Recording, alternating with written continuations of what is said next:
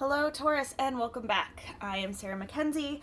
I read as Sora for Sora Sky Messages, and this is your 2023 look ahead reading. Now, this is kind of a simple, sweet, just looking ahead to try to help you plan for your year.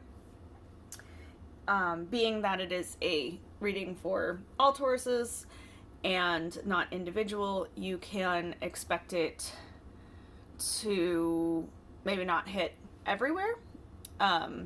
So some readers will say, look for your sun, moon, rising. You're welcome to do that. Mostly just take what resonates and leave the rest. If you want to see the difference between readings for the community and individual readings, I have playlists of both, and you can see how when we are reading for a specific person, it really does look different. As such, for this spread, we have a card for you, cards for opportunities and obstacles, cards for what you can and what you can't control in 2023, and a card for each month. And then we'll be doing that with the Steampunk Mini Tarot. And then with the Wildwood Tarot, we will pull a few cards for theme, and if we need to clarify, we'll use that as well.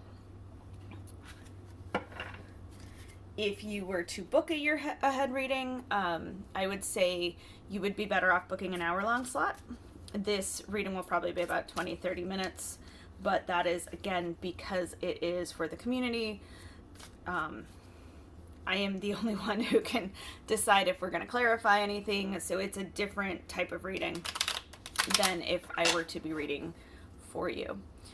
If you do want an individual reading, you can head over to my website. If you don't see a time or date for a remote reading, you can email me. If you're in the Pittsburgh area and you would like to be in person, but you don't see a good time, date, or place that works for you, again, you can email me and we will work it out.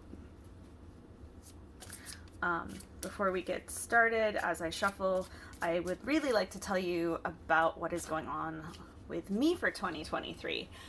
The thing I am most excited about is the Haunted Tarot deck.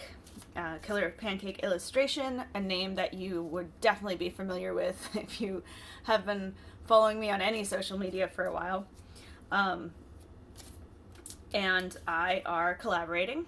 So this is her 6th or 7th deck, but it is the first one with crowdfunding. I'm so excited to be consulting and collaborating. I've been part of the research process, the discussion process, and it's been really cool both to watch her as she, comes up with the illustrations and organizes it, but also discussing tarot is one of my favorite things, so our meetings have been super cool.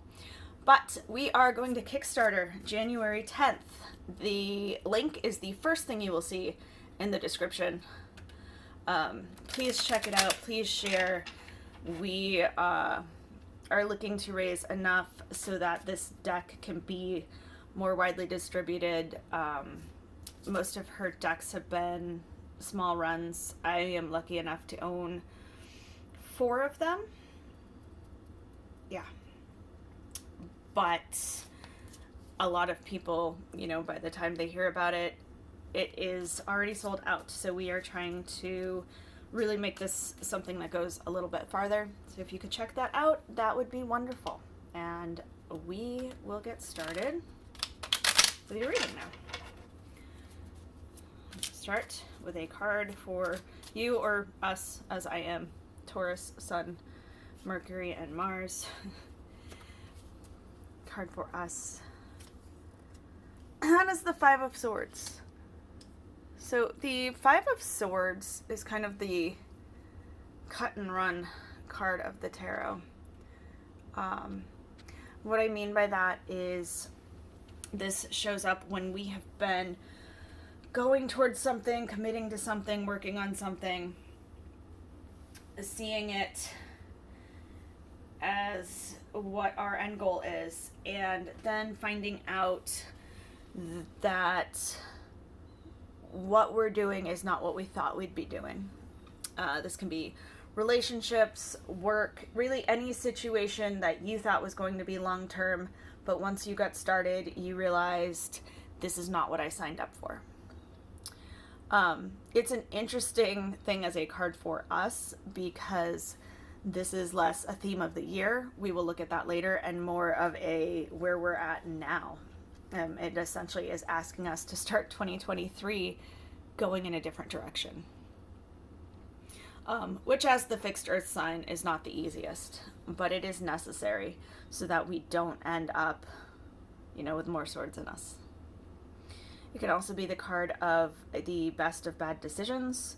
So if you have made a decision recently after agonizing and it doesn't feel like a good one, but there was literally nothing better, this card does ask you to maybe ease up on yourself and just try to get yourself in a better position. This is why we change directions now, so we can end up in a better position where we have better options and we can make better decisions. Moving into opportunities and obstacles. When I do look aheads, I almost always do obstacles and then opportunities, but this is how I set it up. So for the sake of consistency across the signs, we are doing opportunities and obstacles. So our opportunity is the Emperor. Bring him up. The Emperor is all about taking action, being in charge, settling into our own power, being who we are.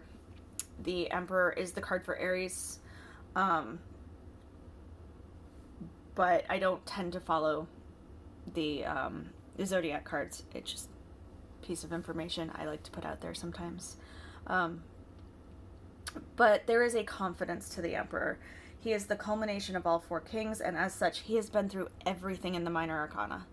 He has been through every one of these little situations. The Five of Swords does not faze him because he's been there and he's learned from it. And so now he takes in problems and adapts without agonizing. He knows his strengths and is very happy to lean into them instead of second guessing himself. So our opportunity is to build this confidence. It is to step away from the overthinking and the punishing ourselves, living in the past, and instead using that to build a better future. Let's get obstacles. The Nine of Cups. Now, the Nine of Cups is funny to me because most people wouldn't see how she could be an obstacle. The Nine of Cups is a card of contentment, wish fulfillment, and comfort in the emotional and relationship sense. So the Nine of Cups and the Nine of Pentacles often seem very similar because we talk about some similar themes, but where the Nine of Coins or the Nine of Pentacles is very much about physical comforts and having what you need, the Nine of Cups is more about emotional comfort, feeling safe with the people around you, feeling like you have everything you need on an emotional and spiritual level. So how can that be an obstacle? Well, oftentimes we work so hard to get to something, and then when we get it, again, it's not what we actually wanted. Sometimes this happens in relationships, where you pursue something because you think that being with that person will make you happy. In that case, it's not really about the person so much as this perceived idea of what life will be like after. If our goals, particularly ones that we have an emotional attachment to, are built on what we think our life will look like once we've hit our goals versus the actual situation that we want, it can be very confusing and frustrating when you actually get there and you're not as happy as you thought you would be. So it's interesting because I often see the Nine of Cups as a kind of confidence, because you need to have a certain confidence within yourself to accept the love and good things coming your way. And so our opportunity and our obstacles have something to do with our confidence, and we have to look into using that along with figuring out who we actually are, what we actually want, instead of what we should want. Moving forward to the what we can control. So this is the Wheel of Fortune, and I love that as a what you can control, because if you were to look it up, the Wheel of Fortune would say things like good luck, good fortune, and that is a piece of the Wheel of Fortune. This is my This Too Shall Pass card, and it is very much a card that says that the ups and downs of life will always come, but it will generally trend upward if you let it. So if you are paying attention, you are learning those lessons, you can make the ups higher and last longer, and you can make the downs a little less rock bottom, a little more cushioned, and also shorter, because as you learn and as you take advantage of whatever situation you do find yourself in, you adjust. And like the Emperor, you step into your power and you make the best of everything, which makes those lows a little bit easier and those highs a little bit sweeter. So we can control how we react to situations, what we do with them if we accept the lesson, so we can make that trending higher. We can absolutely make those cycles better for us. What we can't control, that's the Queen of Pentacles. She's always a very protective card to me, being the queens are those nurturing, compassionate, the moms, and the pentacles is that earthiness, that loyalty, that steadiness. It is a very Taurus card with that earthiness. So she is often about comfort. That said, as a negatively aspected card, what you can't control would almost be that emotional stability. When you have the queens, there's a lot of emotion and compassion, but that can also be too much. So this, what you can't control, almost feels like other people.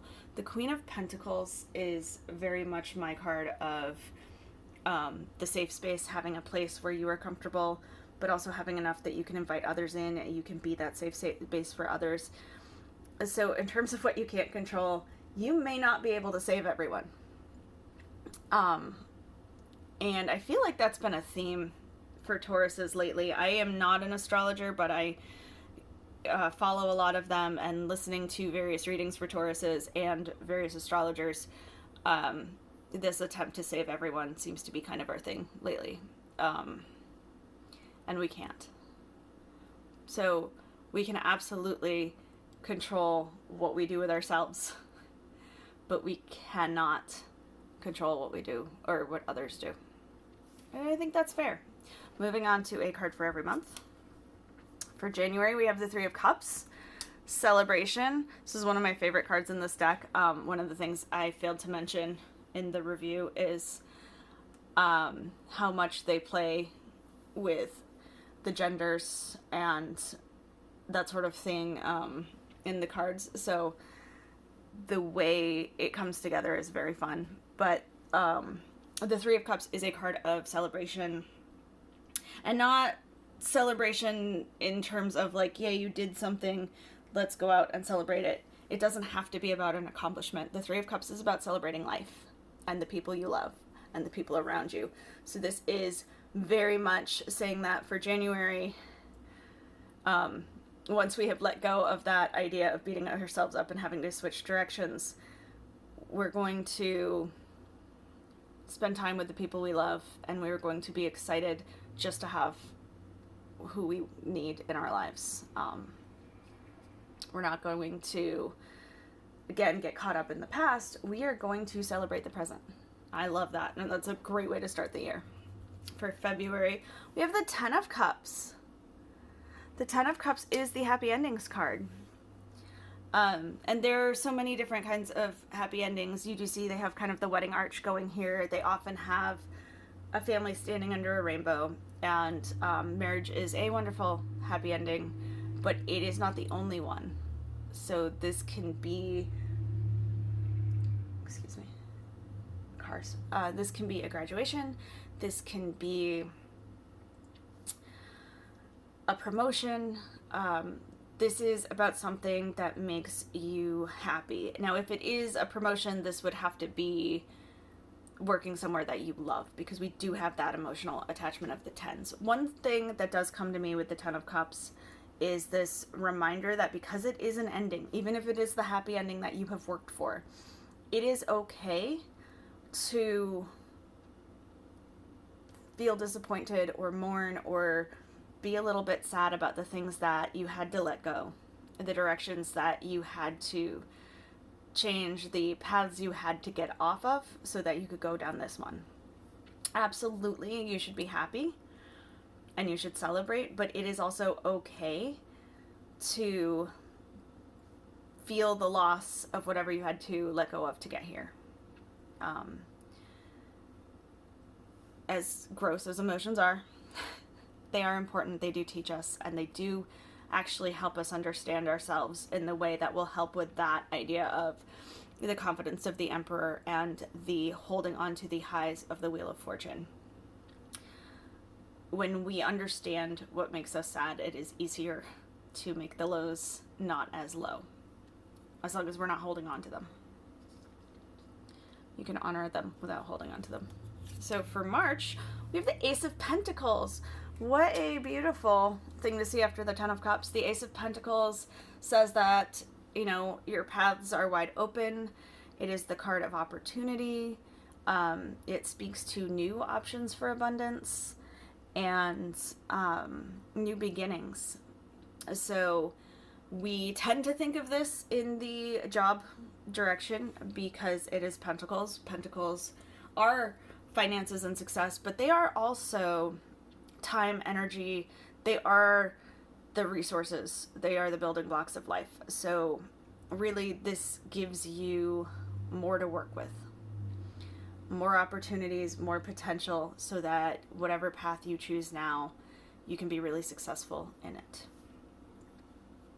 Going to April, we have the Ace of Cups. That is my cup runneth over. That is pure happiness. That is the new loves after we go up a level, because that's the thing with the Ten of Cups, you know, it's not final, it's the next step, it's the thing that is making you happy. And so I love this because there's this continued path of new opportunities and new excitement and new love, and mostly all we need to do is let go of the things we know aren't working.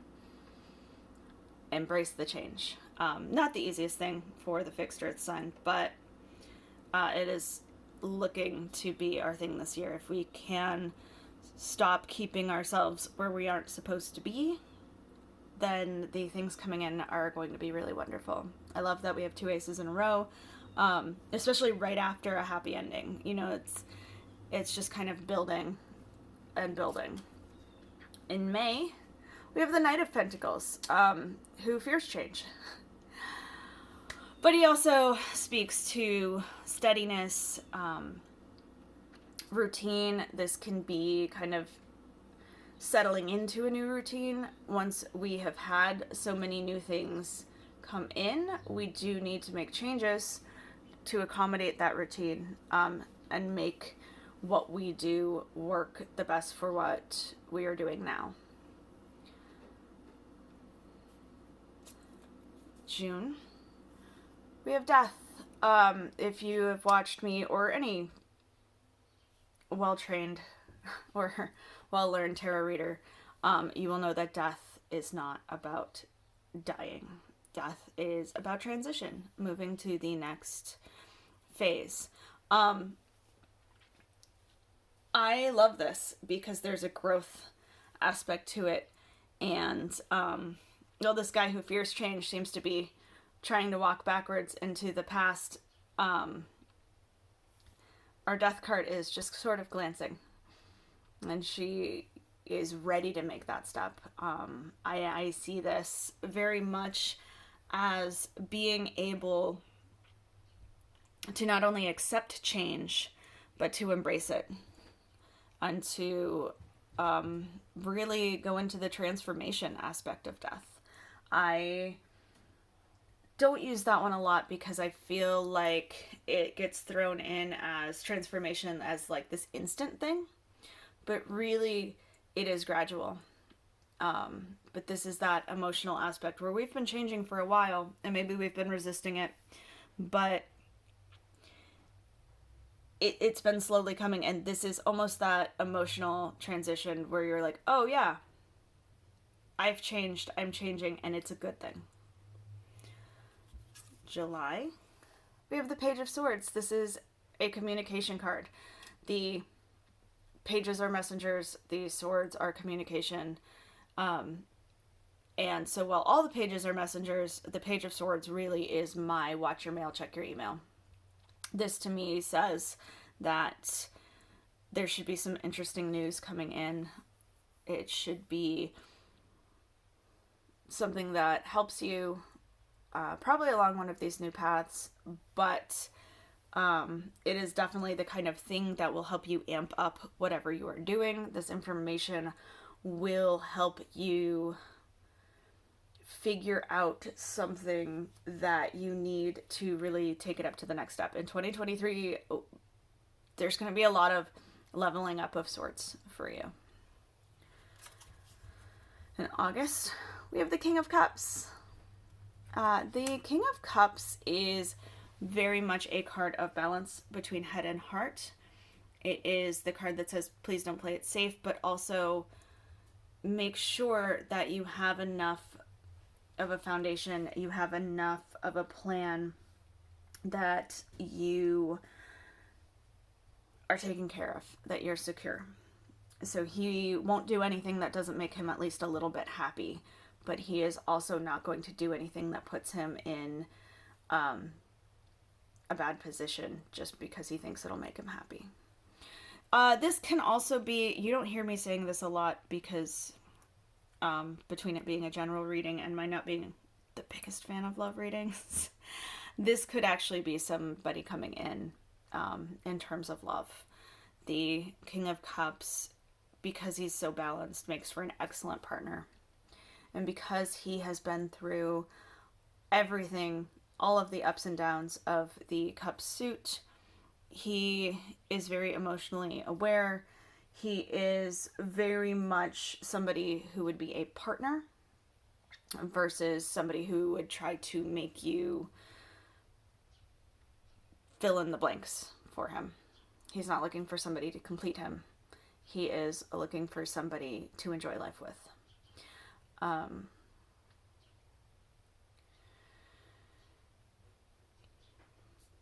It also would speak to, I just lost my train of thought on that one. But if this is somebody coming in, or if it is a relationship that you're already in, it would speak to a new kind of stability. Also, what I was going to say, I say him because of king. It doesn't have to be king. Tarot isn't actually gender specific. It's one of the reasons, like I said, I love these cards. So when I say he, she, they, that is not like a prediction. That is just pronouns as a placeholder. For September, we have the Queen of Wands. That is a card of getting what you want. And what I mean by that is the Queen's very compassionate. They want to help people, like we saw with the Queen of Pentacles. But the Wands are passionate and motivated, and they are so ready to get whatever they want. They are ambitious, and so you get this real charisma and magnetism with the Queen of Wands, both because her eagerness to help people pursue their dreams makes people want to help her, but also just the excitement that she tells you about her dreams with makes people want to help her. So she gets what she wants, not by being manipulative or playing games, but just by being herself, being passionate. And just, again, having that confidence of knowing she will get it. So in terms of what to expect in September, this would say that whatever you have been working towards, you will see definite progress, if not the actual final getting the result. For October, we have the Six of Swords. That is a card of moving forward. And I say moving forward instead of moving on, because we move on from things that are terrible. We move forward from the things we don't have anymore. And sometimes it can be a combination. It's just that moving forward implies not pretending it didn't happen. Holding on to the good parts and just leaving the baggage behind. So this is very nice to see, because it will help to really appreciate that you've been getting what you want. Sometimes, even if we're getting what we've been working for, if we are so worried about what happened before, we don't get to feel that same level of excitement. And so with this, emotionally, this year, there's just so much progress and growth in terms of letting go of the things that have hurt us and just chasing what we want. Like, this is a year of really going after your hopes, dreams, visions, goals, all of it. November, we have the Tower.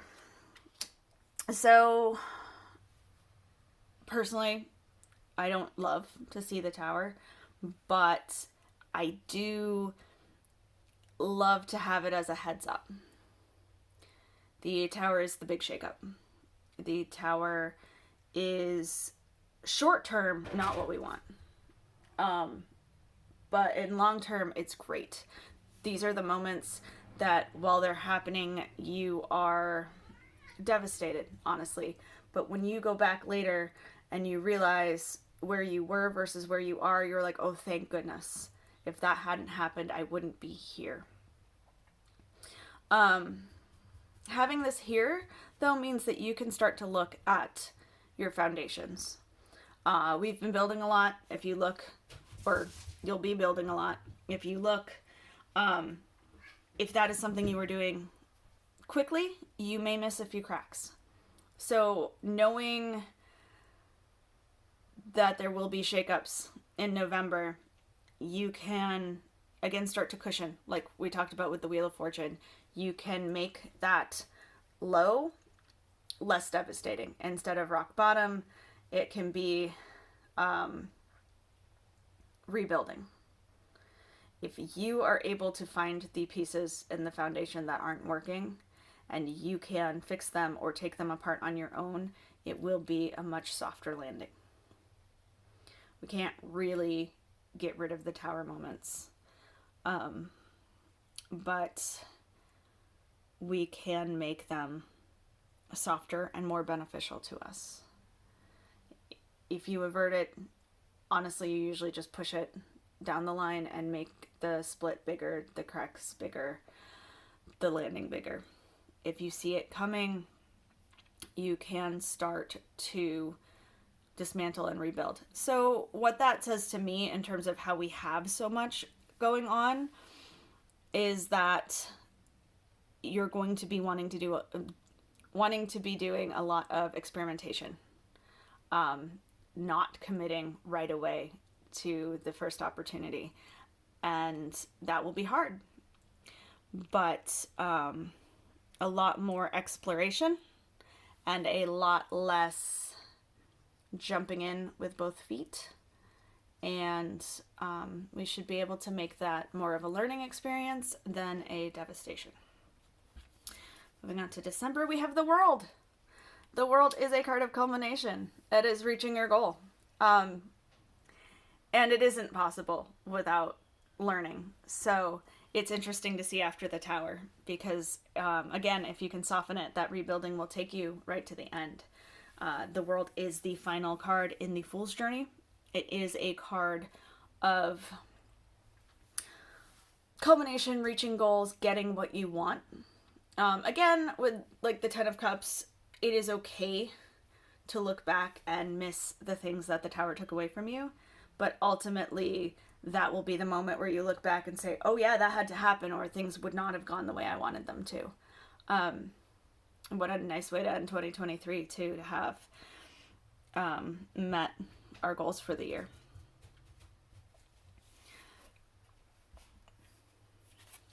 So ultimately, we have a lot of beginnings and endings, but a lot of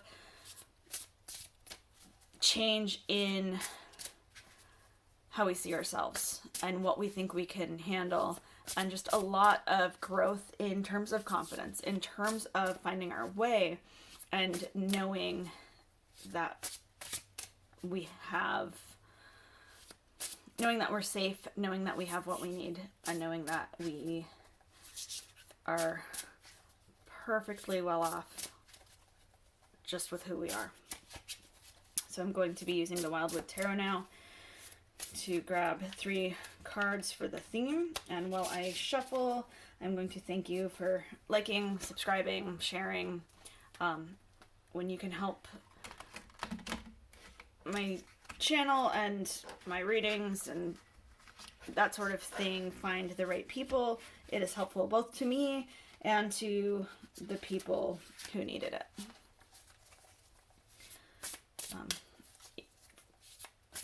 So I really appreciate it. For more readings, there are a handful of playlists for this deck. I have reviewed it. It will go up after this video, but it'll be up in the next couple of weeks. The Wildwood Tarot, the one I am pulling the 3 cards from now, is in the deck review series already. So our 3 main themes, we have the Knight of Bows, or the Knight of Wands, the Fox. That is a card of adventure. And that makes sense, right? If we're not used to going out and trying new things, and we want things to go at the same pace, and now we are just throwing all that to the wind and changing it all up, that is an adventure. We are going to start chasing the things that we want. It is also a card of advocacy, just in that when passion meets the need to do the right thing, we can get very active in advocating for ourselves and others. That's a good theme. We have the 6 of Vessels, or the 6 of Cups, reunion. That is a happy memories card. That is a solid foundation emotionally. It can be nostalgia, but here it is very much more about letting old friends and family, old relationships come back in a different way. Making adjustments in all parts of our lives, and allowing for that natural growth and change of life, and embracing it. And the King of Bows, or the King of Wands. That is a card of delegation, of getting help from others, but it is also very much a card of accomplishing your bigger, crazier visions. Again, with Kings, he has been through every part of the wands. He knows that if he falls over an obstacle because he's going through it instead of around it, he will still get there. He knows if he wants it enough, he will get it. So there's a lot of passion and a lot of letting things flow and letting life be life this year. And I hope you were able to do it, and I hope that having a look ahead kind of helps you take on just everything in your path, and that you really do hit those visions. Thank you. Have a wonderful year.